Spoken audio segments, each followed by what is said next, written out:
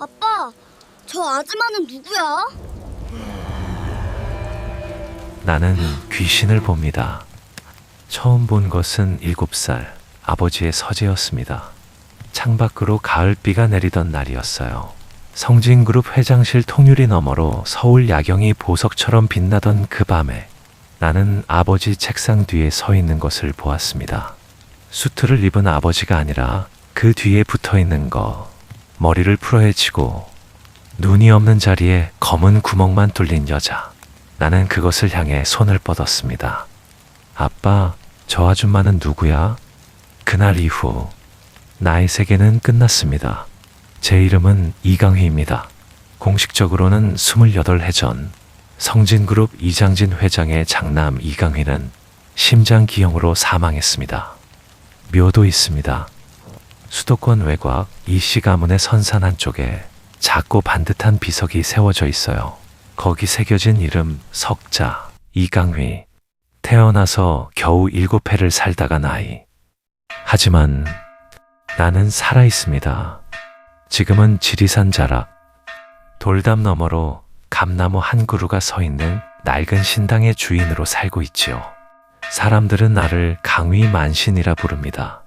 영험하다는 소문이 나서 서울에서도, 부산에서도, 심지어 일본에서도 사람들이 찾아옵니다. 나는 그들의 이름 모를 신들을 달래고, 풀어내고, 때로는 내쫓습니다. 신내림을 받은 자의 삶이란 그런 것입니다. 화려하지 않아요. 방울소리와 향내와 남들은 보지 못하는 것들과 함께 사는 삶입니다. 그리고 나는 지금 21년 만에 처음으로 서울로 향하는 고속버스 안에 앉아 있습니다. 신엄마가 말했으니까요. 강희야, 이제 때가 왔다. 신엄마 박분순 만신은 내가 7살 때 나를 거두었습니다. 그날의 기억은 선명합니다. 아버지의 차 뒷좌석에서 나는 잠들었고 눈을 뜨니 낯선 산길이었습니다. 기사 아저씨가 나를 안아 내려놓았어요. 이른 봄, 지리산 초입, 산바람이 차가웠습니다. 아저씨는 내 손에 봉투 하나를 쥐어주었고 차는 돌아갔습니다. 7살짜리가 울지 않았다면 거짓말이겠지요. 한참을 울고 있을 때 저 위에서 누군가 내려왔습니다. 무명 치마 저고리에 머리를 동그랗게 틀어 올린 눈이 깊고 조용한 할머니. 내 귀문이 열렸구나. 그것이 신엄마의 첫마디였습니다. 신엄마는 이미 알고 있었다고 했습니다. 언젠가 성진가의 피를 이은 아이가 올 것이라고 신이 꿈속에서 알려주었다고. 성진가의 무속 내력은 신엄마도 알고 있었어요. 이 회장의 어머니, 즉 내 친할머니가 한때 이름을 날리던 만신이었다는 사실을, 그리고 그 피는 대를 걸러 더 강하게 발현된다는 사실도. 내가 바로 그 경우였습니다. 신내림이란 선택받는 것이지만 동시에 삶이 무너지는 것입니다. 아버지에게 나는 감추어야 할 수치였고 신에게 나는 쓰여야 할 도구였습니다. 그 사이에서 나라는 사람은 겨우겨우 자랐습니다. 신엄마는 엄격했지만 따뜻했습니다. 글을 가르쳤고 무가를 가르쳤고 사람 보는 법을 가르쳤습니다. 무엇보다 중요한 것을 가르쳐 주었어요. 강희야, 신은 쓸 자를 버리지 않는다. 그러나 반드시 제때를 기다려야 한다. 나는 21년을 기다렸습니다. 서연이에게 연락이 온 것은 석 달 전이었습니다. 나는 서연이를 기억합니다. 나보다 3살 어린 여동생. 내가 버려지던 날 아침 방에서 자고 있던 4살짜리 아이. 그 애는 내가 죽은 줄로만 알았겠지요. 그런데 서연이가 나를 찾아온 건 누군가 알려주었기 때문이었습니다. 아버지였습니다. 이장진 회장은 몰래 나를 후원하고 있었습니다. 신당을 지을 때 이름 없이 들어온 돈, 겨울마다 보내줘온 쌀과 기름, 한 번도 얼굴을 내밀지 않으면서 그렇게 20년을 보내왔더군요. 신엄마는 알고 있었습니다. 나에게는 말하지 않았어요. 말했더라면 내가 더 일찍 무너졌을 거라고. 나중에 신엄마는 그렇게 말했습니다. 아버지는 병이 들었습니다. 그것만이 아니었어요. 서연이가 가져온 이야기는 내 온몸의 털을 곤두서게 만들었습니다. 오빠, 아버지가 이상해. 갑자기 쓰러지고, 헛것을 보고, 밥도 못 드시고, 병원에서는 아무 이상도 없다는데, 나는 서연이의 얼굴을 보았습니다. 그리고 그 뒤를 보았습니다. 서연이 뒤에도 무언가 붙어 있었습니다. 진태준, 서연이의 약혼자, 성진그룹의 전략기획실장, 35의 나이에 M&A 전문가로 이름을 날린 인물, 서울대 법학, 하버드 MBA 이 회장이 직접 점찍어 불러들인 그야말로 완벽한 사윗감이었습니다. 내가 처음 그의 이름을 들었을 때 신이 움직였습니다. 방울이 건드리지 않아도 울었어요. 신당 한쪽에 모셔둔 신칼이 바닥에 떨어졌습니다. 향로의 연기가 갑자기 검게 변했습니다. 나는 그것이 무슨 의미인지 압니다. 20년 넘게 신과 함께 살아온 사람이라면 알아요. 그 기운은 구렁이었습니다. 오래되고 깊고 독이 가득한. 나는 서연이에게 물었습니다. 태준 씨 고향이 어디야? 서연이가 고개를 갸웃했습니다. 충청도 어딘가라고 했는데 왜? 부모님은? 일찍 돌아가셨대. 교통사고로. 본인 혼자 고생해서 여기까지 왔다고. 나는 더 묻지 않았습니다. 대신 신엄마에게 전화를 걸었습니다. 신엄마는 내가 말을 꺼내기도 전에 먼저 말했습니다. 충청도 공주 쪽에 한때 뱀을 다루던 법사가 있었다. 그 법사의 피를 이은 놈이 있는데 그 놈이 신을 역으로 이용하는 법을 배웠어. 구렁이를 풀어서 사람 재물을 빼앗고 판단력을 흐리게 하고 결국엔 죽이는 방식이야. 옛날엔 그걸 신시욱이라고 했지. 그 법사의 이름이 뭔가요? 잠시 침묵이 흘렀습니다. 진씨, 진태준은 오래 준비했습니다. 서연이에게 접근하기 전 그는 이미 이 회장의 과거를 모두 파악하고 있었습니다. 성진가의 무속 내력, 이 회장의 어머니가 만신이었다는 사실, 그리고 장남 이강휘가 귀문이 열렸다는 이유로 죽음으로 위장되어 버려진 사실. 그것이 태준의 무기였습니다. 이 회장에게는 두 가지 공포가 있었습니다. 하나는 사람들이 알게 되는 것, 재벌가 회장의 어머니가 무당이었다는 것, 자신이 직접 아들을 버렸다는 것. 그것이 세상에 알려지면 그룹의 신뢰가 흔들립니다. 또 하나는 신의 보복. 오래전 어머니가 굿판에서 경고했다던 그 말. 피를 버린 자는 피로 갚는다. 태준은 그 두 가지를 동시에 건드렸습니다. 처음에는 서서히였습니다. 이 회장의 식사에 소량씩, 아주 조금씩 한약재를 위장한 독을 섞었습니다. 양이 너무 적어 혈액 검사에도 잡히지 않을 만큼. 그러면서 동시에 사람을 시켜 이 회장의 꿈속에 공포를 심었습니다. 오래된 굿판 영상을 편집해 이 회장의 스마트폰에 익명으로 전송했고 거기에 강의가 살아있다는 메시지를 붙였습니다. 이 회장은 무너지기 시작했습니다. 밥을 못 먹고 잠을 못 자고 헛것을 보기 시작했습니다. 주변에서는 치매 초기 증상이라 했지만 그건 독의 부작용이었어요. 그리고 태준은 구렁이를 썼습니다. 신을 역이용한다는 것이 어떤 것인지 신을 모시는 사람이 아니면 이해하기 어렵습니다. 진태준의 증조할아버지는 구렁이를 조상신으로 모시던 법사였습니다. 그런데 그 집안은 대를 이으면서 신을 모시는 것이 아니라 신을 가두는 쪽을 선택했습니다. 구렁이 원혼을 단지에 가두고 먹이를 주듯이 사람의 기운을 빨아먹게 하고 그 대가로 재물운을 비는 방식. 그것을 눌림굿이라 합니다. 눌림굿은 무섭습니다. 정식 신내림을 받은 만신들이 가장 꺼리는 방식이에요. 신을 억지로 가두면 그 신은 반드시 뒤틀립니다. 먹을 것을 주지 않으면 가두어 놓은 주인을 먹기 시작합니다. 그리고 한번 비틀린 구렁이 원혼은 인간의 몸을 타고 돌아다니며 가문 전체를 갉아먹습니다. 태준의 집안이 대대로 단명하고 패가 망신한 것도 그리고 그 원혼이 지금 태준의 등에 붙어 있는 것도 모두 그 이유였습니다. 하지만 태준은 그것을 알면서도 멈추지 않았습니다. 성진그룹을 손에 넣으면 그 돈으로 더 크고 힘있는 신을 달랠 수 있다고 믿었으니까요. 그는 신을 두려워하는 척했지만 사실은 신도 돈으로 살 수 있다고 믿는 자였습니다. 그야말로 가장 위험한 종류의 사람. 서연이를 진심으로 사랑하는 척했지만 그에게 서연이는 도구였습니다. 성진가의 사위가 되는 것, 이 회장이 죽은 뒤 상속 순위에 들어가는 것, 그리고 무엇보다 성진가의 신내림 대물림을 자신의 핏줄에게 넘기는 것, 서연이에게서 낳을 아이에게 성진가의 무속 혈통을 흡수하게 하는 것, 그것이 태준의 최종 목표였습니다. 나는 서연이에게 모든 것을 말하지는 않았습니다. 서연이가 감당할 수 없을 것들이 있었으니까요. 그저 이것만 말했습니다. 서연아, 약혼식 날 오빠가 갈게. 서연이는 울었습니다.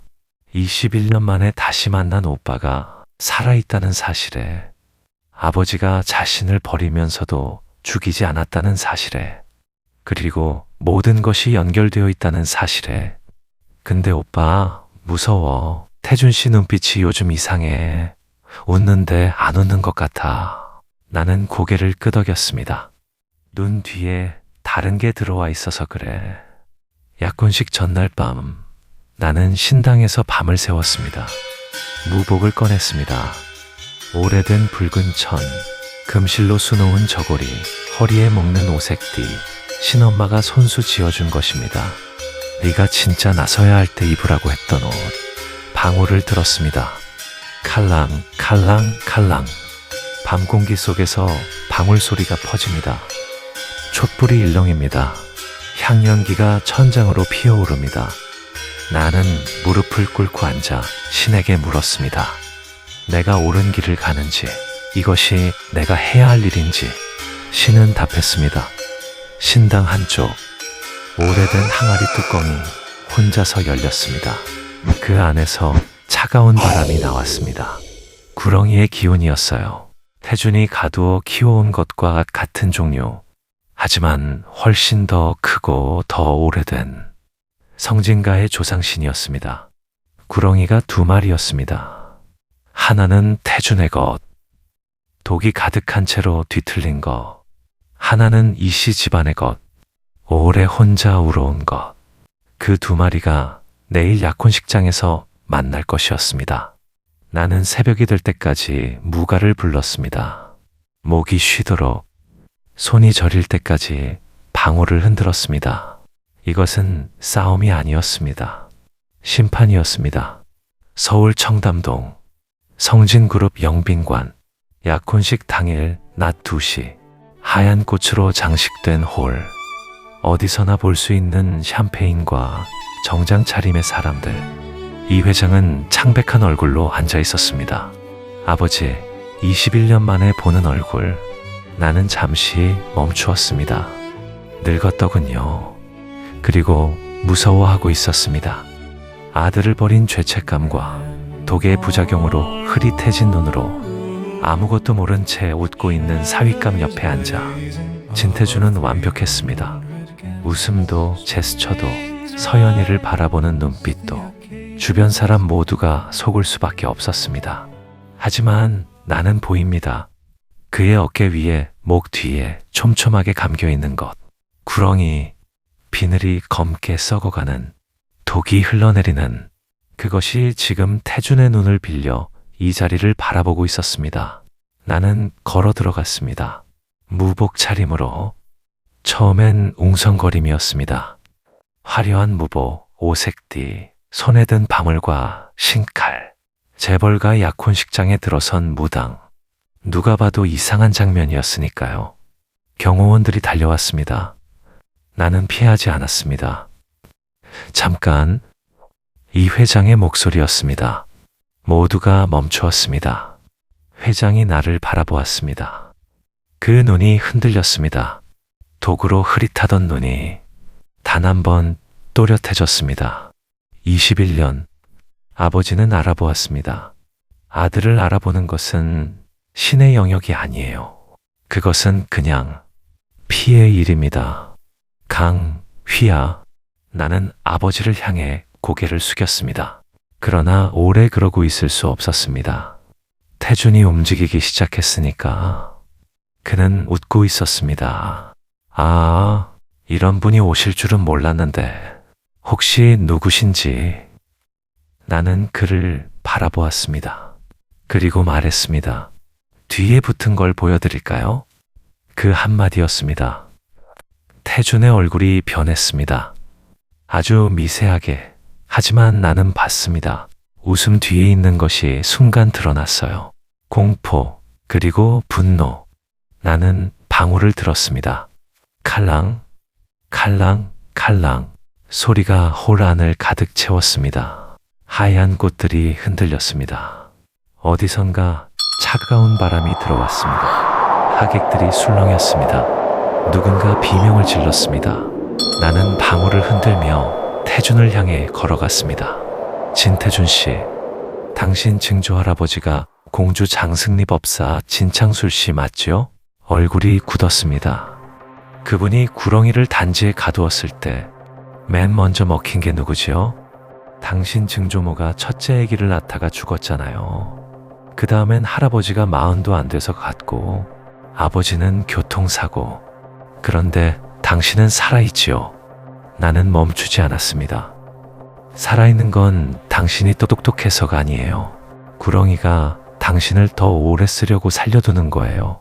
당신이 더 큰 먹이를 물어다 줄 수 있으니까. 태준이 웃었습니다. 차갑게. 만신이 예능 프로그램에 나온 것처럼 하시네요. 저는 합리적인 사람이라서 이런 공연에는 별로. 이 회장님이 드시던 탕약. 내가 끊었습니다. 거기 들어간 게 뭔지 성분 검사 한 번만 제대로 해보시면 알 것 같은데요. 기존 혈액 검사에는 안 잡히는 방식으로 아주 오랫동안 소량씩 넣어야 하는 거라서 누가 드렸는지도 확인해 보시고요. 홀이 조용해졌습니다. 서연이가 태준을 바라보았습니다. 태준의 눈에서 처음으로 가면이 벗겨졌습니다. 나는 그날 신칼을 뽑았습니다. 무속에서 신칼은 죽이는 도구가 아닙니다. 끊는 도구예요. 악연을 끊고 묶인 것을 풀고 가두어진 것을 내보내는 것. 나는 태준을 향해 신칼을 들었습니다. 그리고 외쳤습니다. 무가 목이 찢어지도록 배에서 끌어올려 이 자리에 모인 모든 신들을 향해 수십 년 가두어진 구렁이를 향해 당신의 원한을 안다고 당신도 피해자라는 것을 안다고 이제 놓아주겠다고. 구렁이는 오래된 것이었습니다. 태준 혼자의 것이 아니었어요. 그 집안이 대대로 가두어 학대해온 원혼. 그것이 얼마나 뒤틀리고 고통스러웠을지. 나는 그것을 향해 울었습니다. 신을 모시는 자는 악기도 측은하게 볼 수 있어야 합니다. 신엄마가 가르쳐 준 것입니다. 칼랑, 칼랑, 칼랑. 방울 소리가 서서히 잦아들었습니다. 그리고 태준이 쓰러졌습니다. 이후의 일은 빠르게 진행되었습니다. 탕약 성분 검사에서 독성 물질이 검출되었고 이 회장의 비서실 CCTV에서 태준이 직접 약재를 조작한 영상이 나왔습니다. 태준의 과거 행적도 드러났습니다. 이전에도 비슷한 방식으로 한 중소기업 회장의 갑작스러운 건강 악화가 있었다는 것. 태준은 구속되었습니다. 이 회장은 치료를 받았습니다. 독이 빠져나가자 서서히 제정신으로 돌아왔습니다. 아버지는 나를 보자 처음에는 말을 못했습니다. 한참 만에 겨우 입을 열었을 때 나온 말은 사과가 아니었어요. 살아줘서 고맙다. 나는 대답하지 않았습니다. 아직은 용서할 준비가 되어 있지 않았으니까요. 서연이는 나의 연락처를 저장했습니다. 아직 오빠라 부르는 것이 어색한지 강휘만신이라고 저장해 놓았더군요. 나는 웃었습니다. 지리산으로 돌아오는 버스 안에서 나는 창밖을 바라보았습니다. 서울이 멀어져 갑니다. 그리고 나는 생각했습니다. 21년 전 차 뒷좌석에서 잠들었다가 낯선 산길에 눈을 떴던 7살짜리 아이를, 그 애가 울음을 그치고 위를 바라보았을 때 내려오던 신엄마를, 그 눈을, 그 조용하고 깊은 눈을 신엄마는 미리 알고 있었습니다. 항상 모든 것을. 그런데 지리산 신당으로 돌아와 나는 신엄마의 방문이 잠겨 있다는 것을 알았습니다. 이상했습니다. 신엄마는 낮에 방문을 잠그는 법이 없었어요. 노크를 했습니다. 대답이 없었습니다. 문을 열었습니다. 신엄마는 없었습니다. 대신 방 한가운데 오래된 함 하나가 놓여 있었습니다. 내가 한 번도 본 적 없는 함. 그 위에 봉투 하나. 나는 떨리는 손으로 봉투를 열었습니다. 신엄마의 글씨였습니다. 강희야, 이제 말해도 될 것 같아서 적는다. 나는 내가 지리산에 버려진 날 거기 있었던 게 우연이 아니야. 내가 먼저 아버지에게 연락했다. 아이를 보내달라고. 오래전 이장진이 결혼하기 전에 나는 그에게 신을 내려보려 했었다. 받지 않았어. 거부했지. 그래서 성진가의 신은 갈 곳을 잃었고 대를 건너 내게 온 거란다. 강희야, 나는 내 친할머니의 신을 이어받은 만신이야. 그 말은 나는 네 가족이야. 함 안에 있는 것은 네 친할머니가 남기신 신복이란다. 이제 내가 입어야 할 것들이야. 잘 있어라. 신은 자기 사람을 절대 버리지 않는단다. 분순. 나는 함을 열었습니다. 안에는 무복이 있었습니다. 붉은 것이 아니었습니다. 흰 것이었어요. 이 세상에 처음 올 때의 색깔, 그리고 이 세상을 떠날 때의 색깔. 나는 오래 그 앞에 앉아 있었습니다. 창밖으로 지리산 바람이 지나갔습니다. 감나무 가지가 흔들렸습니다. 어디선가 방울 소리가 들렸습니다. 신엄마가 흔드는 것인지 아니면 신이 스스로 우는 것인지 나는 알 수 없었습니다. 다만 이것만 알았습니다. 나는 버려진 것이 아니었습니다. 처음부터 인도되고 있었습니다. 이강희의 이야기는 계속됩니다. 이 영상이 도움이 되셨다면 구독과 좋아요 부탁드립니다. 시즌2는 여러분의 관심이 만들어 갑니다. 댓글로 강희의 다음 이야기가 궁금하시다면 꼭 알려주세요. 여러분의 한마디가 강희를 다시 불러냅니다. 이상으로 시즌1은 마칩니다.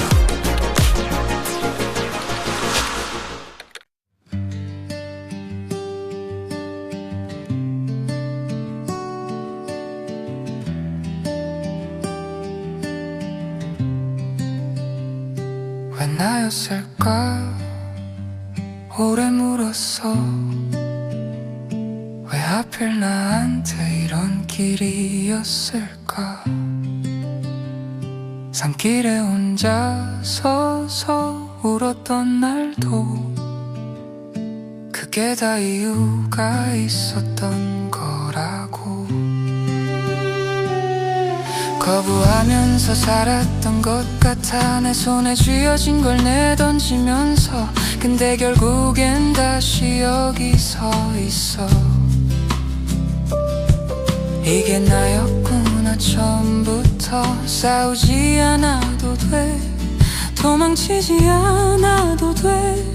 그냥 여기 있으면 돼. 다 때가 있으니까. 운명이었어. 처음부터 버려진 게 아니라 보내진 거야. 돌아온 게 아니라 도착한 거야. 여기가 내 자리였어. 운명이었어. 이 모든 게 아팠던 날도 혼자였던 밤도 다 나를 여기로 데려오려고. 처음부터 운명이었어. 흰 옷을 입고 서 있는 지금 바람이 등을 밀어주는 것 같아. 신엄마 목소리가 들리는 것 같아. 잘 왔다고, 잘 버텼다고. 울어도 괜찮아, 몰랐어도 괜찮아. 이제 알면 되니까, 다 때가 있으니까. 운명이었어, 처음부터 버려진 게 아니라 보내진 거야. 돌아온 게 아니라 도착한 거야. 여기가 내 자리였어. 운명이었어. 이 모든 게 아팠던 날도 혼자였던 밤도 다 나를 여기로 데려오려고 처음부터 운명이었어. 칼랑칼랑칼랑 내 방울이 울어. 누가 흔드는 건지 몰라도 괜찮아 괜찮아, 다 괜찮아졌어. 운명이었어. 처음부터 버려진 게 아니라 보내진 거야. 돌아온 게 아니라 도착한